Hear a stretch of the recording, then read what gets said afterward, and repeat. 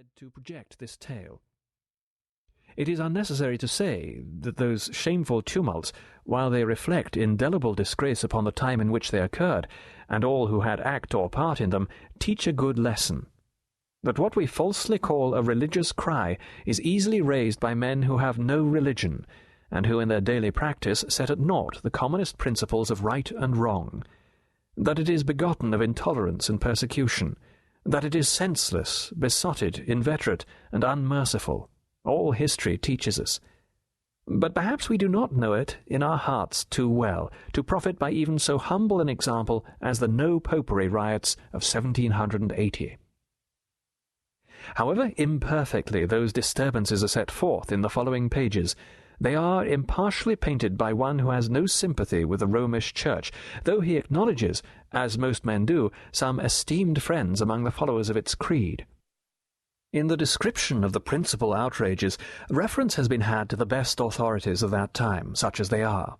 The account given in this tale, of all the main features of the riots, is substantially correct. Mr. Dennis's allusions to the flourishing condition of his trade in those days have their foundation in truth, and not in the author's fancy. Any file of old newspapers or odd volume of the Annual Register will prove this with terrible ease. Even the case of Mary Jones, dwelt upon with so much pleasure by the same character, is no effort of invention. The facts were stated exactly as they are stated here in the House of Commons. Whether they afforded as much entertainment to the merry gentlemen assembled there as some other most affecting circumstances of a similar nature mentioned by Sir Samuel Romilly is not recorded. That the case of Mary Jones may speak the more emphatically for itself, I subjoin it, as related by Sir William Meredith in a speech in Parliament on frequent executions, made in 1777. Under this Act, the Shoplifting Act, one Mary Jones was executed, whose case I shall just mention. It was at the time when press warrants were issued on the alarm about Falkland Islands.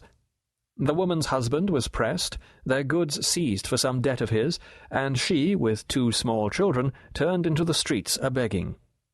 It is a circumstance not to be forgotten that she was very young, under 19, and most remarkably handsome. She went to a linen-draper's shop, took some coarse linen off the counter and slipped it under her cloak. The shopman saw her, and she laid it down. For this she was hanged. Her defence was, I have the trial in my pocket, that she had lived in credit and wanted for nothing, till a press-gang came and stole her husband from her. But since then she had no bed to lie on, nothing to give her children to eat, and they were almost naked, and perhaps she might have done something wrong, for she hardly knew what she did. The parish officers testified the truth of this story, but it seems there had been a good deal of shoplifting about Ludgate. An example was thought necessary, and this woman was hanged for the comfort and satisfaction of shopkeepers in Ludgate Street. When brought to receive sentence, she behaved in such a frantic manner as proved her mind to be in a distracted and desponding state, and the child was sucking at her breast when she set out for Tyburn. Chapter 1.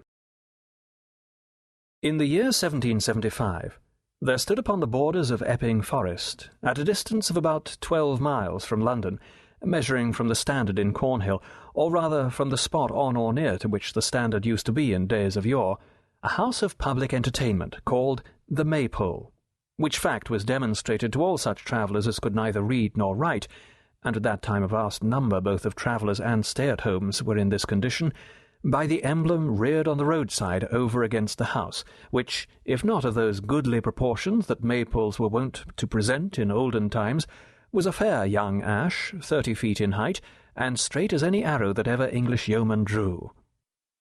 The maypole, by which term from henceforth is meant the house and not its sign, the maypole was an old building, with more gable ends than a lazy man would care to count on a sunny day, huge zigzag chimneys, out of which it seemed as though even smoke could not choose but come in more than naturally fantastic shapes imparted to it in its tortuous progress, and vast stables, gloomy, ruinous, and empty.